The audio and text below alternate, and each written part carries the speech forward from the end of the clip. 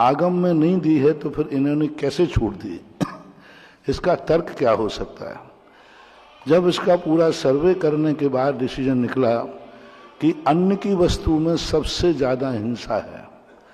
यदि रात में एक में अन्न रख दीजिए, एक में मावा मिष्ठान रख दीजिए, एक में फल काट के रख दीजिए, एक में पानी रख दीजिए, तो सबसे ज़्यादा जीव दाल रोटी पे गिरेंगे। चौरिंद्री जीव सबसे ज़्यादा उसमें झपटेंगे और उसमें गिरने के बाद बचने की कोई गुंजाइश नहीं है। इसलिए उन्होंने कहा कि त्रस्त जीवों की सबसे ज़्यादा हिंसा अनाज की वस्तु खाने से होती है, क्योंकि रात्रि के जीव अनाज की बनी हुई वस्तु पर ज़्यादा गिरते हैं, ज़्यादा उमड़ते हैं। फल पे कम उड़ेंगे। काजू किस्मत आदि रख देना, उन पर कोई भी जीव मरेगा नहीं, बैठेगा यूँ उड़ा देना। लेकिन दाल में बैठ गया तो वो मरेगा, रोटी में आ गया तो वो उड़ेगा ही नहीं।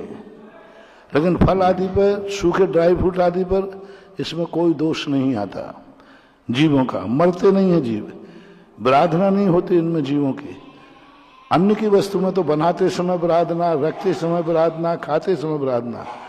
इस अपेक्षा से उन्होंने कहा यदि आप कुछ भी त्याग नहीं कर सकते हो तो अनाज की वस्तु का त्याग कर देना दे।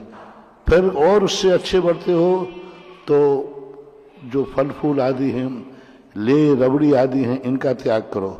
फिर जघन रूप से पानी का, तो इसलिए विधेय तो नहीं है, लेकिन नाना मामा की अपेक्षा काना मामा ठीक है।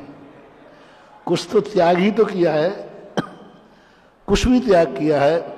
सारा मांस का त्याग नहीं किया, चलो एक मांस का त्याग किया, त्याग ही तो किया है। ये मान करके something is better best nothing वाले सूत्र को लागू करना चाहिए।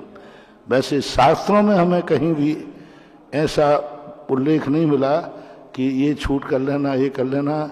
ये अभी की छूट है, मुश्किल से 100-200 साल पहले की घटना।